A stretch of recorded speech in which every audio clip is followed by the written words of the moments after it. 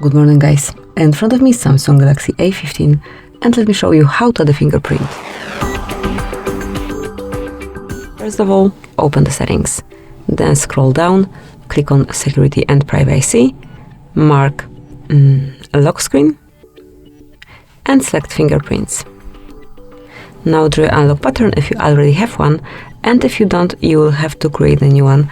And this pattern would be a backup to your fingerprint.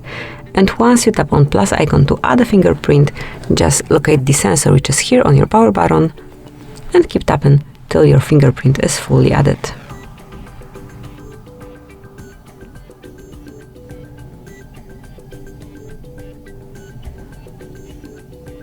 Click on done. And that's it. That will be all. As you can see, from now on, you can unlock your device with this fingerprint only. Thank you for watching. Please subscribe our channel and leave the thumbs up.